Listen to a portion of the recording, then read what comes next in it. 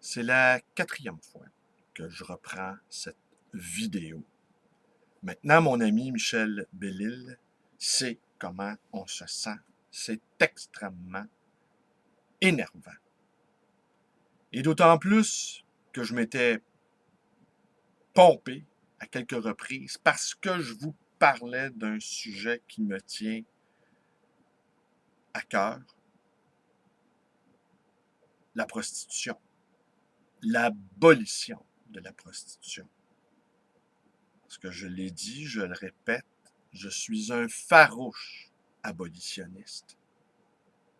Je vais vous en parler un peu aujourd'hui, si mon logiciel le permet. Bonjour, bienvenue dans ma bibliothèque. Nous sommes à Montréal, le 10 novembre 2013. Mon nom est Bruno Lalonde. Une chose qu'on peut observer dans le quartier Côte-des-Neiges, le nombre de femmes de confession musulmane qui portent le voile va en se multipliant. Grand bien leur en face, je m'en fous. M'en fous complètement. Et je veux avoir le droit de m'en foutre tout le temps. Mais une chose dont je me fous pas, par exemple, c'est que le nombre de lupanards, le nombre de bordels, va sans cesse en augmentant dans le quartier Côte-des-Neiges. Il y en a partout.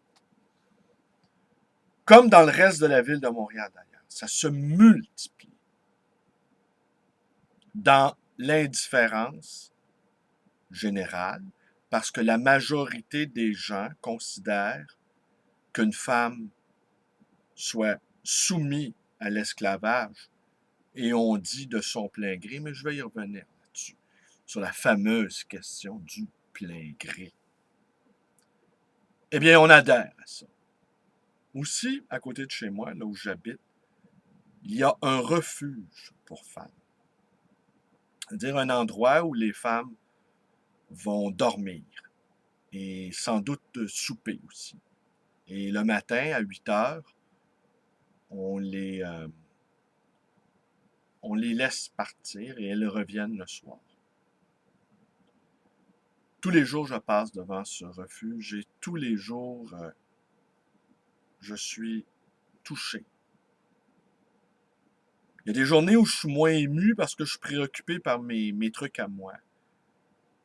Mais tous les jours, quand je passe devant ce refuge, c'est comme si je recevais une claque au visage. Qui sont ces femmes? Pour la majorité d'entre elles, ce sont des survivantes de la prostitution. Elles s'assemblent sur le trottoir, elles discutent, elles fument des cigarettes, et c'est visible sur leur visage qu'elles ont connu beaucoup d'épreuves dans cette vie qui n'a pas été facile pour elles. Qu'arrive-t-il aux femmes lorsqu'elles ne peuvent plus monnayer leurs services?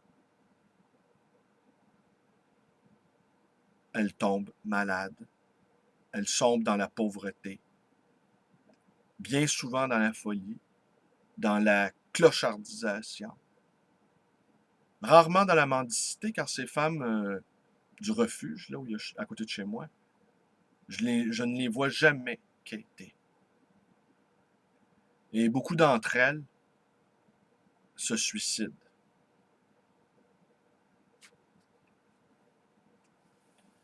Il y a quelques jours, bon, avant d'aller plus loin,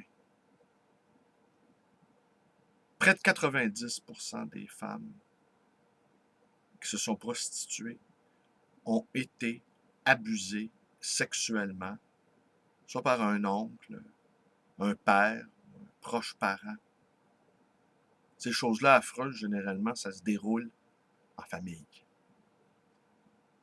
Et bien souvent, avec l'aveuglement volontaire de la mère. Bien souvent. Alors, certains psychanalystes pensent qu'il n'y a pas de différence, seulement de degré, entre la psychologie d'un prostitueur et celle d'un pédophile. que certains clients revivent dans leur tête le fantasme de la fillette qui est abusée sexuellement par un parent.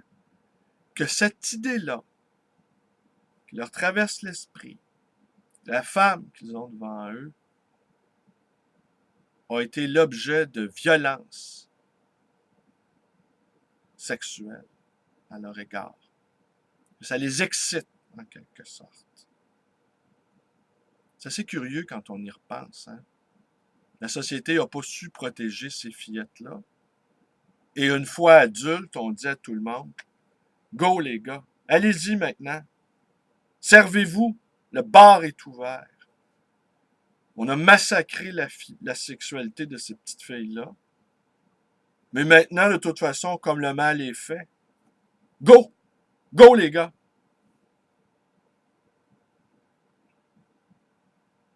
Ces femmes-là, sur le trottoir, là, devant le refuge, elles ont toutes été abusées sexuellement quand elles étaient petites filles. Et là, c'est devenu des femmes âgées qui ne connaîtront plus jamais le compagnonnage, qui ne connaîtront plus jamais l'amour, sont seules, sont abandonnées. Bon, sans doute, quand elles étaient jeunes et séduisantes, certains hommes leur faisaient une cour empressée. Sans doute, certains ont-elles été le fantasme de quelques sauveurs. Je reviendrai là-dessus, c'est l'histoire des sauveurs. C'est quoi un sauveur? Sauver quelqu'un, c'est important. Le sauver vraiment, c'est important. Pas l'utiliser à des fins de domination personnelle. C'est ça le complexe du sauveur.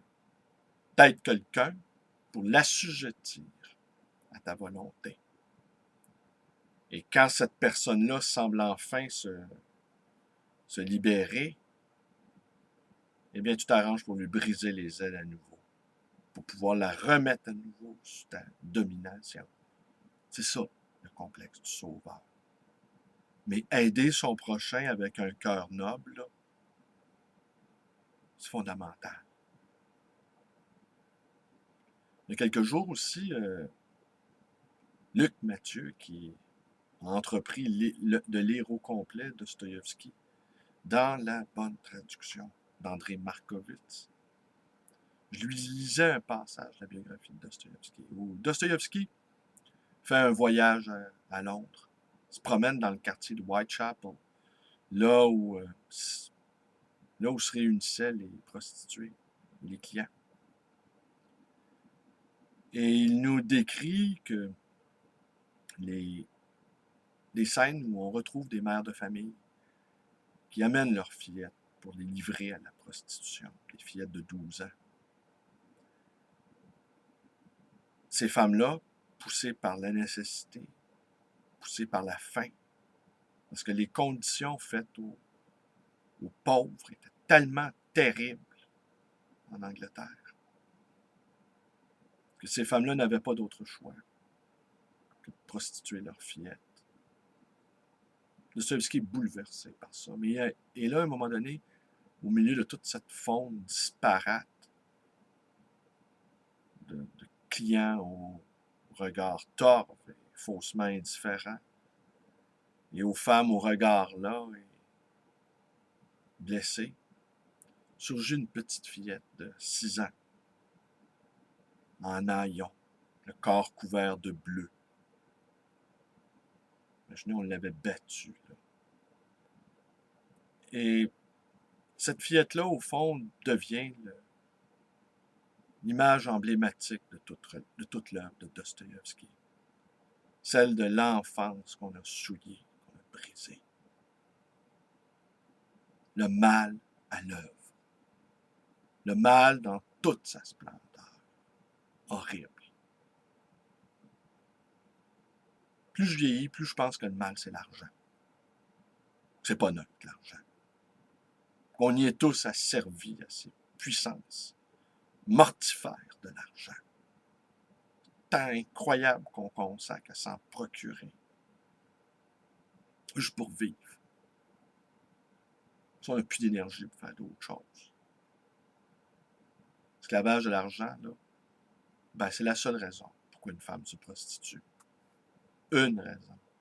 L'argent. Il n'y en a pas d'autre. Alors donc, je vais vous lire un poème de Grisélidis Réal. Grisélidis Réal, qui est né en Égypte, mais qui est d'origine suisse, qui a été condamné dans les années 60 pour trafic de hashish, qui a eu plusieurs enfants, qui s'est prostituée et qui est devenue la fameuse catin révolutionnaire, c'est-à-dire celle qui prônait la légalisation de la prostitution. Vous voyez, je commence en vous disant que je compte, mais je vais vous lire une auteure qui défendait ça. C'est ça, ne pas être un lecteur idéologique. Je lis quantité d'auteurs avec lesquels je ne suis pas d'accord avec leurs idées. Mais moi, ce qui m'intéresse quand je lis de la littérature, est-ce que c'est bien écrit? Est-ce que là, j'ai une voix singulière? Est-ce qu'il y a quelque chose d'unique dans la texture de cette écriture-là? Pas obligé d'être d'accord avec les auteurs. Quand c'est mal écrit, je passe mon tour, même avec des gens avec lesquels je suis d'accord. Pour moi, la question de l'écriture est très importante. J'avais rencontré Grisélidis Réal. D'abord, je n'aurais pas couché avec elle, à moins, l'hypothèse saugrenue, qu'on se soit plus mutuellement. Ça arrive, ces choses-là, entre un homme et une femme. Quand tous les deux sont vraiment libres de leur consentement mutuel. Assurément, j'aurais pas payé pour coucher avec elle. Ensuite, on aurait débattu sans doute de cette question-là de la légalité de la prostitution. Nous n'aurions pas été d'accord, mais nous l'aurions fait avec courtoisie. Mais quand je lui aurais dit, Madame Réal, oublions tout ça. Vous êtes une authentique écrivain. Vous avez une voix unique. Vous écrivez pour de vrai. Avec vos tripes, avec votre cœur, avec votre intelligence, avec votre esprit, que tout ce qui est là-dedans est vrai. Eh bien là, je pense qu'elle aurait été ravie, au-delà de toute expression, malgré nos différends. Moi, je vais conclure aussi en un petit mot ici. Grisélidis a eu des rapports très, très compliqués avec sa mère. Ça, toutes les prostituées ont eu des rapports conflictuels avec la mère. Des rapports fusionnels, mêlés de haine, mêlés d'appréhension, de peur, d'amour mal vécu. Une relation fusionnelle, c'est pas une bonne relation. Certaines mères ont abandonné leurs fillettes aux mains des abuseurs qui rôdaient dans la maison. Pour toutes sortes de raisons. Là. Mais il faut que vous sachiez là, que la relation mère-fille est la chose la plus complexe qui existe sur Terre. Et qu'au fond, c'est au cœur de toutes les relations humaines, cette relation mère-fille. Nous, les hommes, nous sommes des satellites là-dedans. On le sait, on a écrit plein de livres, on a fait plein de films sur la relation père-fils, parce que c'était faisable, parce que c'était dans nos moyens intellectuels et artistiques. Mais quelle est la romancière là, qui va nous décrire avec finesse et émotion la relation mère-fille? Et la mère de Grisélidis Réal, d'ailleurs, la mère revient tout le temps dans l'œuvre de Réal, sa mère à elle, mais elle raconte dans un de ses livres que sa mère lui baissait les culottes quand elle était fillette. Une autre forme de pédophilie ici. Pour savoir si sa petite fille se masturbait. Sa mère était entrée. Elle a fait une intrusion brutale dans la sexualité de cette petite fille. Une sorte d'abus immonde au fond. Et ça l'a brisé, Grisélidis Réal.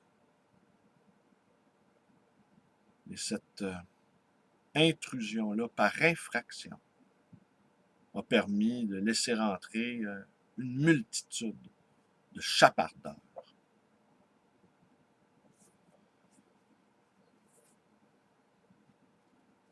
Alors, je vous lis un poème. Je conclue là-dessus, en espérant que cette fois-ci, la vidéo fonctionne. J'ai même perdu mon passage tellement que ça m'a énervé. De recommencer. Et vous allez me trouver sur votre chemin, les partisans de la légalisation de la prostitution. M'arranger vous faire honte le plus que je peux. Je vais vous pourrir la tête, je vais vous gâcher votre plaisir. Il y a tellement de femmes qui veulent être aimées, qui veulent être séduites. Rendez-vous donc intéressant, là, les gars. Il n'y a pas une femme qui se prostitue qui, de toute façon, vous apprécie. Vous ne pouvez pas imaginer le mal qu'elle pense de vous. Vous n'en auriez honte. Puis votre quéquette dans le pantalon, là, elle se ratatinerait comme si vous aviez passé 3 heures à la piscine municipale. À faire grosse de même. Vous auriez du mal à le trouver, votre engin.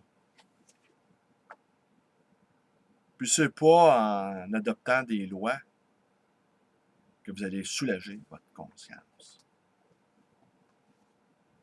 Cantique des mains prisonnières. Mains tendues à travers tous les barreaux des cellules de la prison. Mains tendues sur le soleil et sur l'ombre.